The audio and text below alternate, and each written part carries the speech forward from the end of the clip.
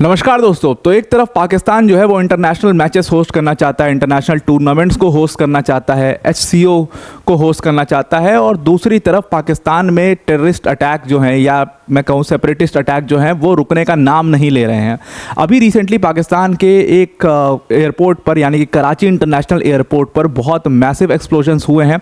हालांकि पाकिस्तान के अथॉरिटीज़ का अभी तक इसके ऊपर कोई डिटेलिंग नहीं आई है कि अटैक कैसे हुआ, एग्जैक्टली क्या हुआ है वहाँ पर, लेकिन कराची इंटरनेशनल एयरपोर्ट पर अटैक होना अपने आप में एक बहुत बड़ी बात है। और अगर आप देखोगे तो रिसेंटली पाकिस्तान में पिछले इसी साल में अगर आप देखो मार्च में एक अटैक हुआ, फिर जून में, फिर जुलाई में, लगातार पाकिस्तान में ऐसे अटैक्स जो हैं वो होते रहते हैं। खैबर पख्तूनख्वा में बड़े बड़े अटैक्स हुए हैं जहां पर पाकिस्तान की खुद आर्मी को ही टारगेट किया गया, पुलिसमैन को टारगेट किया गया। अभी पिछले कुछ महीनों में बलोच लिबरेशन आर्मी ने भी बड़ी मूवमेंट दिखाई है बलूचिस्तान के अंदर में, और वहाँ पर चाइनीज़ ऑफिशियल्स को टारगेट किया जा रहा है।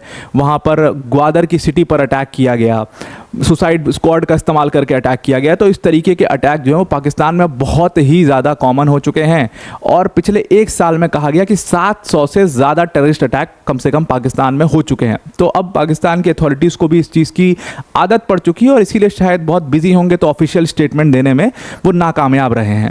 तो फाइनली चाइनीज़ ऑफिशियल, उन्हीं चाइनीज़ नेशनल्स को एक बार फिर से टारगेट किया गया है। कराची इंटरनेशनल एयरपोर्ट पर बड़ा एक्सप्लोजन हुआ है, और उस एक्सप्लोजन में बताया जा रहा है कि कई सारे चाइनीज़ ट्रेवलर्स जो हैं वो घायल हैं, और 2 चाइनीज़ ट्रेवलर्स की उसमें जान चली गई है। 2 चाइनीज़ ट्रेवलर्स जो ये कहा जा रहा है ना, ये ट्रेवलर्स जो है आपको पता है कि बिजनेसमैन और जो इंजीनियर्स हैं उनके रूप में ये आते रहते हैं पाकिस्तान के अंदर में। ह्यूज इन्वेस्टमेंट की हुई है चाइना ने पाकिस्तान में, और इस जो टेररिस्ट अटैक लगातार पाकिस्तान में होते रहते हैं उसकी वजह से चाइना और पाकिस्तान के रिलेशंस में काफ़ी ज़्यादा इम्पैक्ट पड़ता है। जी जिनपिंग काफ़ी नाराज़ थे। जो 5 चाइनीज़ नेशनल्स की डेथ हुई थी जो जून के महीने में जब अटैक किया था बीएलए ने, और 5 चाइनीज़ नेशनल्स उसमें बॉम्ब ब्लास्ट में मारे गए थे, तो उसके बाद जी जिनपिंग ने काफ़ी ज़्यादा कंडेम किया था इस चीज़ को, और पाकिस्तान में कहा था कि हम सारे प्रोजेक्ट्स को रोक देंगे जब तक कि आप ये इंश्योर नहीं करते हो कि चाइनीज़ जो जा रहे हैं वहाँ पर वो पूरी तरीके से सिक्योर है। एक तो हम इंजीनियर भेजें, एक तो हम इन्वेस्टर भेजें, और उसके बाद उनकी सिक्योरिटी भी हम ही प्रोवाइड करें। ये तो मतलब कैसी बात है? ये पाकिस्तान को उनकी सिक्योरिटी देखनी चाहिए, और अगर पाकिस्तान की सरकार उनकी सिक्योरिटी को इंश्योर नहीं कर पा रही है तो चाइना अपना सारा इन्वेस्टमेंट बंद कर देगा पाकिस्तान में। ये बात सीधी सीधी जी जिनपिंग ने कही थी जब बहुत ज़्यादा चाइनीज़ ऑफिशियल्स को मारा जा रहा था, और चाइना से लोग तैयार नहीं थे यहाँ पर पाकिस्तान में आकर के काम करने के लिए। तब जा करके जी जिनपिंग ने काफ़ी ज़्यादा कंडेम किया था पाकिस्तान की सरकार को, और उसके बाद ही आपने देखा था कि जो 5 चाइनीज़ नेशनल्स मरे थे, फिर एक बस में अटैक हुआ था, इसमें 12 लोग गंभीर रूप से घायल थे, उसमें उन्होंने मुआवजा दिया था, बहुत बड़े अमाउंट में कंपेंसेशन पे किया था उन लोगों को, और फिर उन चाइनीज़ नेशनल्स की सिक्योरिटी के लिए अलग से फोर्सेस यूनिट्स लगाना शुरू की गई। ग्वादर पोर्ट में अलग से यूनिट्स लगाई गई। ये सारी चीज़ें डेवलपमेंट्स हुई थी, लेकिन उतनी यूनिट सब कुछ लगाने के बाद भी बलूचिस्तान तो छोड़िए, अब कराची इंटरनेशनल एयरपोर्ट पर बहुत मैसिव एक्सप्लोजन्स हुए हैं। हालांकि अभी तक इसके ऊपर कोई भी जानकारी नहीं कि ये कैसे हुए, ना ही पाकिस्तानी अथॉरिटीज़ ने इसके ऊपर कोई चीज़ कही है। बताया ये गया है अभी तक, जो प्रथम दृश्य न्यूज़ आ रही है, कि बाहर एक टैंकर खड़ा था, और वो टैंकर के ब्लास्ट होने की वजह से अगल बगल भी आग पकड़ ली, और इस वजह से ये बहुत मैसिव एक्सप्लोजन दिखाई दे रहा है जो कि इंटरनेशनल एयरपोर्ट पर हुआ है, और कई सारी गाड़ियां भी उसमें आग लग गई है। पुलिस की भी कई सारी गाड़ियों पर उसमें आग लग गई। तो अभी तक इसको पाकिस्तानी अथॉरिटीज़ के हिसाब से एक टैंकर एक्सप्लोजन है, उन्होंने किसी प्रकार का कोई टेररिस्ट लिंक इसमें नहीं बताया है। अब लेकिन अगर आप ट्विटर पर जितने भी पोस्ट यहाँ पर डाले जा रहे हैं लोगों द्वारा, उसमें अगर आप देखोगे तो fumes of fire you can see, अगल बगल की गाड़ियों में आग लगी हुई है, वहाँ पर बसेस थी वहाँ पर आग लगी हुई है। तो सीधी तौर पर ये चीज़ तो समझ में आ गई, कराची इंटरनेशनल एयरपोर्ट उसके पास जब वहाँ से चाइनीज़ ट्रेवलर्स बाहर निकले हैं तो उनका टारगेट स्पेसिफिक चाइनीज़ ट्रेवलर्स ही थे, जो कि 40-50 की संख्या में एक साथ बाहर निकले थे। ऑल दीज वर ट्रैवलर्स कहा यह जा रहा है, लेकिन इसमें इंजीनियर्स और इन्वेस्टर्स हैं, जाहिर सी बात है, और ये एक साथ कहीं पर ये जा रहे होंगे, इनके लिए कोई बस का इंतजाम किया गया होगा, और उसको टारगेट करने के लिए अटैक किया गया है। तो पाकिस्तान की अथॉरिटीज़ ने इसके ऊपर कुछ भी बोलने से मना कर दिया है। लेकिन दूसरी तरफ बलोच लिबरेशन आर्मी ये वही बलोच लिबरेशन आर्मी है जो कि बलूचिस्तान के इंडिपेंडेंस की डिमांड करती रहती है, और लगातार पाकिस्तान की गवर्नमेंट से लड़ाई करती है, बड़े बड़े अटैक्स करती है, और चाइनीज़ ऑफिशियल्स को खास तौर से ये लोग टारगेट करते हैं। तो इन्होंने इस चीज़ की जिम्मेदारी ली कि ये अटैक हमने किया था और ये एक व्हीकल बॉर्न आईडी अटैक था, यानी कि एक व्हीकल में आईडी फिक्स थी और वो ब्लास्ट हुआ वो व्हीकल, और अगल बगल की कई सारी व्हीकल्स पर भी उसका इम्पैक्ट पड़ा। चाइनीज़ ऑफिशियल्स को हमने टारगेट किया था, जो चाइनीज़ कॉन्वॉय जा रहा था ग्वादर के लिए, बताया जा रहा है कि वो जा रहे थे, चाइनीज़ इंजीनियर्स थे और इन्वेस्टर्स थे जो कि ग्वादर के लिए जा रहे थे, उनको इसमें स्पेसिफिकली टारगेट किया गया है। अब आपको पता है कि ग्वादर के ऊपर भी इन्होंने पिछली बार ही अटैक किया था और उस अटैक में भी 70 लोग मारे गए थे। जिन लोगों ने प्रथम दृष्टया इस अटैक को देखा है उनका कहना है कि ये अटैक इतना बड़ा था अपने आप में कि पूरी एयरपोर्ट की जो बिल्डिंग है वो एक तरीके से कांपने लग गई, वो एक तरीके से हिलने लगी, जैसे अर्थक्वेक आता है ना, हमें फील होते हैं झटके उसके, वैसा पूरी एयरपोर्ट की बिल्डिंग ऐसी हिलने लग गई। तो इतना बड़ा ये अटैक जो है वो बलूचिस्तान लिबरेशन आर्मी ने किया था। पाकिस्तान दूसरी तरफ क्लेम कर रहा था कि हमने बलूचिस्तान लिबरेशन आर्मी के जो फाइटर्स थे उनको मार के भगा दिया, मतलब वो बॉर्डर क्रॉस करके ईरान चले जा चुके हैं, वहाँ पर अब छुपे हुए हैं और वो पाकिस्तान में आ नहीं पा रहे हैं। दूसरी तरफ इतना बड़ा attack BLA Karachi international airport के बाहर कर देता है, जहां पर बहुत सिक्योरिटी होनी चाहिए, और क्योंकि इतना बड़ा चाइनीज़ कॉन्वॉय आ रहा है तो जाहिर सी बात है कि पाकिस्तान की सिक्योरिटी काफ़ी बड़ी होनी चाहिए वहां पर। अब बलोच लिबरेशन आर्मी के बारे में तो आप जानते ही हो कि it is a separatist group of Balochistan, जो बलूचिस्तान की इंडिपेंडेंस के लिए बहुत लंबे समय से काम कर रहा है और वो बार बार पाकिस्तान की गवर्नमेंट पर ऐसे अटैक करता रहता है। यहाँ पर एक चीज़ समझनी बहुत ज़रूरी है कि बलूचिस्तान वैसे भी बहुत डिस्टर्ब्ड प्रोविंस है। अगर आप बीएलए को हटा भी दीजिए तो वहाँ पर जो जनरल लोग हैं वो भी हमेशा प्रोटेस्ट मोड में ही रहते हैं, अभी भी वहाँ पर प्रोटेस्ट चल रहे हैं। उसका रीज़न सिंपल क्लियर है कि बलूचिस्तान काफ़ी गरीब प्रोविंस है, पाकिस्तान का सबसे गरीब प्रोविंस है, जबकि सबसे ज़्यादा नेचुरल रिसोर्सेज जो हैं वो पाकिस्तान के वो बलूचिस्तान में ही कॉन्सेंट्रेटेड हैं।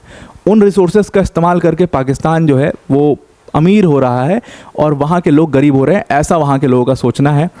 ग्वादर पोर्ट के लिए इतनी ह्यूज इन्वेस्टमेंट चाइना ने दी ग्वादर पोर्ट को डेवलप करने के लिए, ग्वादर पोर्ट डेवलप हुआ लेकिन बलूचिस्तान कभी डेवलप नहीं हो पाया। ग्वादर पोर्ट में भी पाकिस्तान की अथॉरिटीज़ ने पूरा एक तरीके से कब्जा सा कर रखा है, ऐसा वहाँ के लोगों को फील होता है, इसलिए वो लोग प्रोटेस्ट करते हैं। आज भी बलूचिस्तान के अंदर में स्थिति ये है कि ना वहाँ पर लाइट है ना वहाँ पर पानी की सुविधा है, बहुत बुरी स्थिति है बलूचिस्तान की, और इस वजह से लोग वहाँ के बहुत नाराज़ रहते हैं सरकार से, और इसीलिए वो ऐसे ऐसे प्रोटेस्ट जो है वो लगातार करते रहते हैं। दूसरी बात यह है कि अथॉरिटीज़ ने पाकिस्तान की इस पूरे बलूचिस्तान के प्रोटेस्ट को संभालने में भी पूरी तरीके से फेल रही हैं। क्यों फेल रही हैं?